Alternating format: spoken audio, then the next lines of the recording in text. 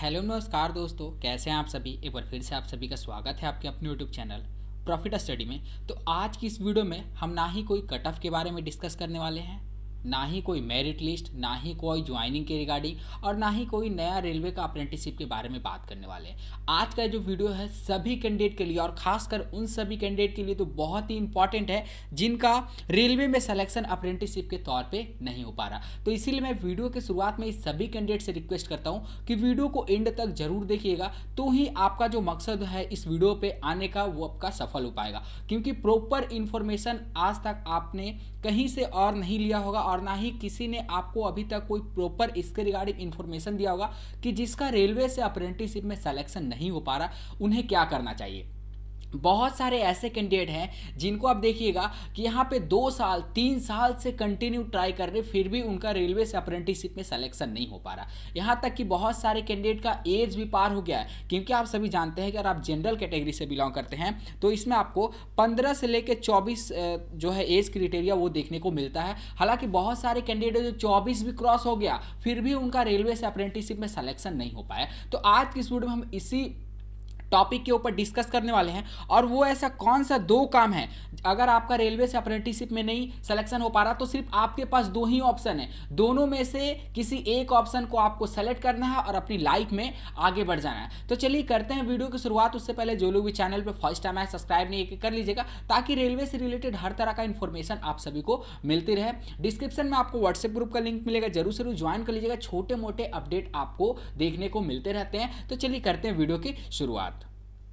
Railway apprentice में जो सबसे बड़ा सवाल उठता है वो आपका सिलेक्शन को लेके है। क्या कभी आपने सोचा है कि रेलवे में इतने सारे फॉर्म भरे गए हैं, अगर आप रेलवे से अप्रेंटिसशिप कर लेते हो तो क्या 100% चांस है कि आपका रेलवे में सर्विस लग जाएगा, रेलवे में नौकरी लग ही जाएगा? आप हमें कमेंट बॉक्स में कमेंट करके बताना। दूसरा सबसे बड़ा सवाल ये है कि अगर मान लीजिए 100% जो कैंडिडेट हैं रेलवे में अप्रेंटिसशिप के लिए जब रिक्रूटमेंट निकलता है, वैकेंसी निकलता है तो फॉर्म अप्लाई करते हैं, इसमें से अगर आप एवरेज देखोगे तो 30 से 40% कैंडिडेट का ही रेलवे में अप्रेंटिसशिप के तौर पे सिलेक्शन हो पाता है। बाकी यहां पे बात करें 60 से 70% जो कैंडिडेट हैं वो बाहर हो जाते हैं। और उनका सबसे मेन जो मुद्दा है वो आपका मार्क्स को लेकर है, एवरेज मार्क्स को लेकर है। चाहे हम बात करें सिलेक्शन आपका 10th बेस पे हो या फिर ITI बेस पे हो या फिर दोनों का एवरेज निकाल के हो, मार्क्स के कारण यहाँ पे 40 से 50% बोलिए या 60 से 70% बोलिए कैंडिडेट जो है वो बाहर हो जाते हैं, उनका DV के रिगार्डिंग शॉर्ट लिस्टेड नहीं हो पाते हैं। और कुछ कैंडिडेट जो DV के लिए शॉर्ट लिस्टेड हो जाते हैं उनका ज्वाइनिंग का कट ऑफ क्वालिफाई वो नहीं कर पाते हैं और वो इस रेस से बाहर हो जाते हैं। तो आज के इस वीडियो का यही मकसद है कि क्या रेलवे अप्रेंटिसशिप के तौर पे ही आप यहाँ पे जीवित हैं, क्या रेलवे से अगर आप अप्रेंटिसशिप करेंगे तो ही आप लाइफ में आगे बढ़ पाइएगा और आपके इसके अलावा कोई दूसरा ऑप्शन आपके पास नहीं है? तो है आज की वीडियो में, इसीलिए मैंने थंबनेल पे भी लिखा था कि ये वीडियो आपका लाइफ बदल सकता है अगर आप उस अकॉर्डिंग अगर चलोगे तो। चलिए सबसे पहले हम बात करते हैं कि जिनका रेलवे से अप्रेंटिसशिप में सिलेक्शन नहीं हो पा रहा वो क्या करें। तो पहला ऑप्शन सुनिए, पहला ऑप्शन जो आपके पास है कि आप किसी प्राइवेट से अप्रेंटिसशिप कर सकते हैं और अप्रेंटिसशिप करने के बाद वहां पे परमानेंट तौर पे ज्वाइन कर सकते हैं। ठीक है, ये पहला ऑप्शन आपके पास है। दूसरा ऑप्शन जो है, क्योंकि आप सभी को पता है कि अगर आप रेलवे का अप्रेंटिसशिप का फॉर्म भरते हैं, अगर हम एग्जांपल के लिए ले लें ईस्टर्न रेलवे, आप सभी भली भांति परिचित होंगे कि इसका जो सेशन है कितना लेट चलता है। एक सेशन का ज्वाइनिंग आते आते तक यहाँ पे 2 साल का समय लग जा रहा है। इसके रिगार्डिंग में आपको सेपरेट वीडियो प्रोवाइड किए थे कि एक ऐसा ट्रेड है ईस्टर्न रेलवे के अंदर, रिस्पेक्टेड यूनिट के अंदर, जिसका ज्वाइनिंग लेटर आने में 2 साल का समय रेलवे ने ले लिया। आप सोचिए जितने भी कैंडिडेट यहाँ पे सेलेक्ट हुए होंगे उस ट्रेड से, उस यूनिट से, वो तो यही सोच रहे होंगे हमारा ज्वाइनिंग आ जाएगा, कल आएगा, आ जाएगा या फिर कल आएगा। ऐसा सोचते सोचते वो अपना लाइफ का 2 महत्वपूर्ण साल को बर्बाद कर दिए। सोचिए आप, अब सोचने वाली बात है कि 2 साल में उनका यहाँ पे ज्वाइनिंग लेटर आया प्लस 1 साल में उनका अप्रेंटिसशिप क्लियर होगा, टोटल यहाँ पे समय कितना लगाएं? 3 साल का समय उनका लगा। पर यहाँ पे कंफर्मेशन नहीं है कि आपका 100% जॉब उनको मिलेगा ही। इसलिए मैं ऐसा बोल रहा हूँ क्योंकि आप सभी को पता है कि अगर लेवल 1 पोस्ट पे हम बात करते हैं तो यहाँ पे कट ऑफ जो है CCA का अन्य कैंडिडेट के मुकाबले बहुत कम जाता है। ठीक है, पर अगर जैसे आप 3-3 साल जो समय अगर बर्बाद कर रहे हो यहाँ पे, अगर उसमें उससे अच्छा अगर आप 6 मंथ, ज़्यादा नहीं सिर्फ 6 महीना अगर आप अच्छे से कड़ी मेहनत कर लोगे तो आपका बिना अप्रेंटिस किए रेलवे में अच्छे पोस्ट पर आप यहाँ पे नौकरी के लिए ज्वाइन कर सकते हो। इसके साथ साथ एसएससी और तमाम तरह का जो भी यहाँ पे रिक्रूटमेंट निकाला जाता है गवर्नमेंट की तरफ से, उन सभी में आप अपना एग्जाम के बलबूते पे आप यहाँ पे जॉब पा सकते हो।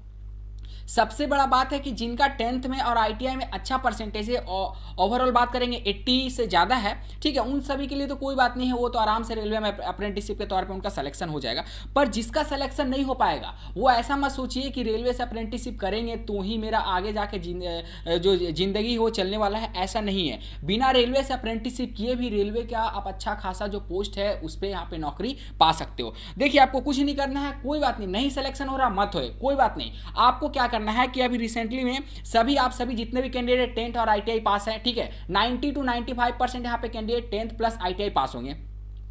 कुछ मंथ के अंदर अंदर रेलवे आपका एएलपी और टेक्नीशियन का भर्ती जो है निकालने वाला है, और ये आपके पास लास्ट मौका है, अंतिम मौका है, ठीक है। ऐसा मान के चलना है कि इसके बाद अगर इसमें सिलेक्शन नहीं हुआ तो फिर आगे कहीं नहीं होगा। एएलपी एंड टेक्नीशियन का न्यू रिक्रूटमेंट आने वाला है। इसके रिगार्डिंग यहाँ पे जो और भी बहुत सारा ट्विटर पे देखिएगा तो इसके रिगार्डिंग अपडेट दिया गया है। सभी जितने भी जोनल है उन सभी से नोटिफिकेशन ले लिया गया है कि कितना पोस्ट कहाँ पे रिक्रूटमेंट है, उन सारा का डिटेल ले लिया गया है रेलवे की तरफ से, ठीक है। तो इसके रिगार्डिंग कभी भी नोटिफिकेशन जारी हो सकता है। और जैसा कि आप सभी को पता है कि अगर आपने आईटीआई कर रखा है तो आप टेक्नीशियन और एएलपी पोस्ट के लिए एलिजिबल होंगे, आप सभी फॉर्म अप्लाई कर सकते हैं। आपको कुछ नहीं करना है, रेलवे अप्रेंटिसशिप में अगर आपको जाना है तो फॉर्म भर के छोड़ दीजिए, लगे नहीं रहना है। ये नहीं सोचना है कि आज इसका मेरिट आएगा, कल इसका मेरिट आएगा तो हम डीवी के लिए जाएंगे, तो इसका ज्वाइनिंग लेटर आएगा तो हम ज्वाइनिंग के लिए जाएंगे। ऐसा भी हो सकता है कि आप अपना अप्रेंटिसशिप का फॉर्म को फिल करके छोड़ दीजिए। तो ऐसा सोचना ही नहीं है कि आपको अप्रेंटिसशिप करना है, बस फॉर्म को फिल करके छोड़ दीजिए। उसके बाद आपको क्या करना है कि यहाँ पे कंटिन्यू आपको अपने प्रिपरेशन पे लग जाना है, और 6 मंथ आपको ऐसा प्रिपरेशन करना है जो ऑल ओवर इंडिया का कोई भी एग्जाम हो जो आपसे क्रैक ना हो। और हम टारगेट आपको करके चलना है।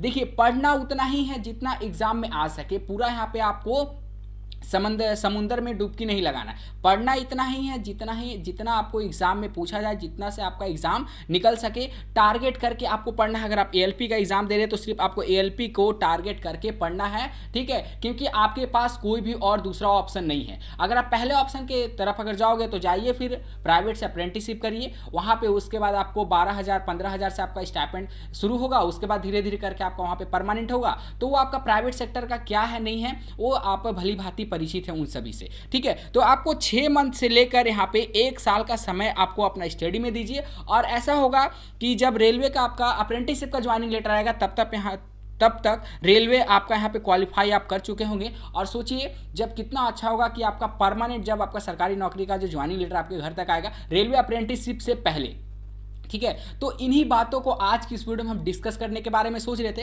हालांकि ये जो मेरा प्लान था बहुत पहले से चल रहा है कि जितना कैंडिडेट का यहाँ पे रेलवे से अप्रेंटिसशिप के तौर पे सिलेक्शन नहीं हो पा रहा, आप देखिए व्हाट्सएप पे, क्योंकि आप बहुत सारे जो कैंडिडेट है व्हाट्सएप पे भी जुड़े होंगे, और जो कैंडिडेट नहीं जुड़े होंगे वो जुड़ जाएगा। ऐसा नहीं कि मैं मैसेज नहीं पढ़ता हूँ, हर एक का मैसेज वहाँ पर मैं जाके जब मैं फ्री होता हूँ रीड करता हूँ। और अधिकांश का बस यही सवाल है कि भाई मेरा 80% है, सर मेरा 90% है, मेरा सिलेक्शन हो पाएगा या फिर नहीं हो पाएगा। मेरा फिटर ट्रेड है, इलेक्ट्रीशियन ट्रेड है, वेल्डर ट्रेड है, डीजल मैकेनिक ट्रेड है, टर्नर ट्रेड है, तो तमाम तरह का जो भी ट्रेड यहाँ पे आईटीआई के रिगार्डिंग होता है, बस कैंडिडेट का सिर्फ यही क्वेश्चन रहता है कि मेरा सिलेक्शन हो पाएगा या फिर नहीं हो पाएगा। तो देखिए, अब आपको लाइफ में क्या करना है, रेलवे के अप्रेंटिसशिप के भरोसे बैठे रहना है या फिर गवर्नमेंट जॉब का तैयारी करना है, वो अब आपके हाथों में है, ठीक है। आपकी लाइफ आपके अपने हाथों में है, आप चाहे आप जैसा उसे रचोगे वैसा होगा।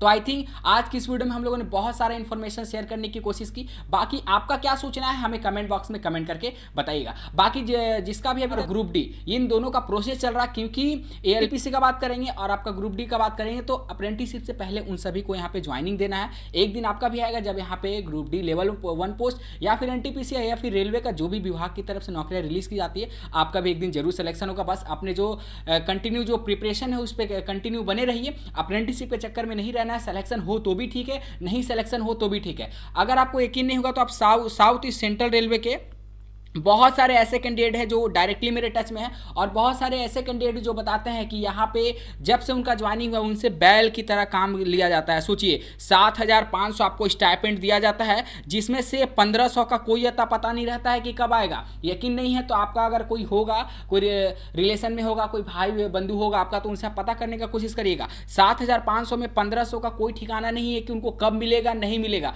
बस जो रेस्ट बचता है सिर्फ वही उनके अकाउंट में आता है, और उनसे बैल गोरू की तरह काम लिया जाता है 8-8 9-9 घंटे। सोच लीजिए, मोटे मोटे यहाँ पे सीलिंग, मोटे मोटे रॉड, ठीक है, एक जगह से दूसरे जगह 2 से 3 यहाँ पे कैंडिडेट के द्वारा उठाकर ले जाया जाता है। तो उनका दर्द सिर्फ वही समझ सकते हैं। बहुत तो ऐसे भी कैंडिडेट होते हैं कि जो रेलवे से अप्रेंटिसशिप में उत्सुक में तो ज्वाइन कर लेते हैं कि मेरा फ्रेंड का हो गया, हम भी कर लेंगे तो यहाँ पे हो जाएगा, ज्वाइन तो कर लेते हैं, पर यहाँ कुछ ही दिन में छोड़कर भाग जाते हैं। क्यों?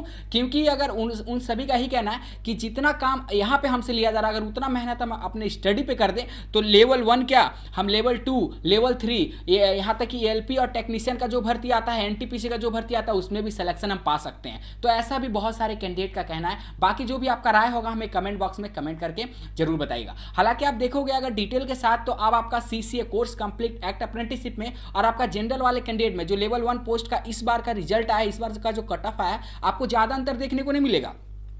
आपको अगर नहीं पता होगा तो हम बता देते हैं, अगर आप साउथ ईस्ट सेंट्रल रेलवे का एक बार अगर कट ऑफ उठा के देख लोगे तो आप सोचोगे ही नहीं कि हम रेलवे से अप्रेंटिसशिप करें। सीसीए का अगर हम कट ऑफ का बात करें तो सीसीए का कट ऑफ 48 गया।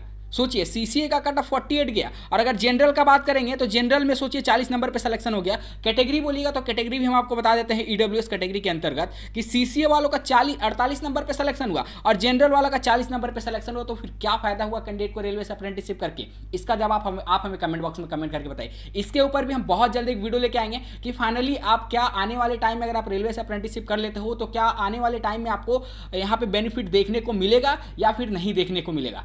ठीक है, तो आप सभी ने बस यही सुना होगा कि 2015 से पहले जितना भी रेलवे का रिक्रूटमेंट आता था उस पर आपका आईटीआई कैंडिडेट वालों को जो रेलवे से अप्रेंटिसशिप करते थे उन्हें डायरेक्ट वहाँ पे परमानेंट एम्प्लॉय के तौर पे रखा जाता था।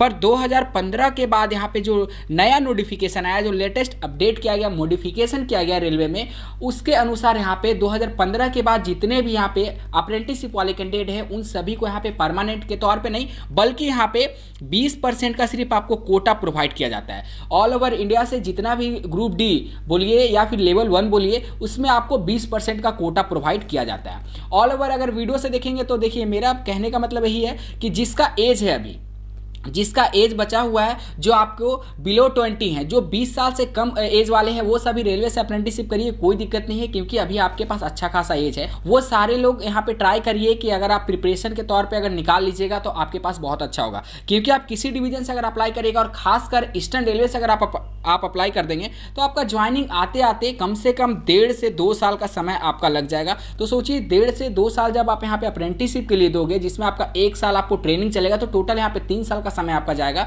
तो अगर 3 साल का अगर आपके पास प्रिपरेशन रहेगा तो आप कहां से कहां पहुंच सकते हो। बाकी आप खुद यहां पे होशियार हैं। चलिए आज की वीडियो को यहीं पे एंड करते हैं। बाकी जो लोग भी चैनल पे फर्स्ट टाइम है सब्सक्राइब नहीं किया कर लीजिएगा ताकि ऐसे इन्फॉर्मेटिव वीडियो नोटिफिकेशन आप सभी को मिलती रहे। डिस्क्रिप्शन में आपको व्हाट्सएप ग्रुप का लिंक मिलेगा, जरूर से ज्वाइन कर लीजिएगा। वहां पे भी बहुत सारे इन्फॉर्मेटिव वीडियो का नोटिफिकेशन हो गया, पीडीएफ हो गया, ज्वाइनिंग के रिगार्डिंग हो गया, न्यू रिक्रूटमेंट हो गया, सारा का सारा लेटेस्ट अपडेट आप सभी को प्रोवाइड किया जाता है। तब तक के लिए जय हिंद, जय भारत।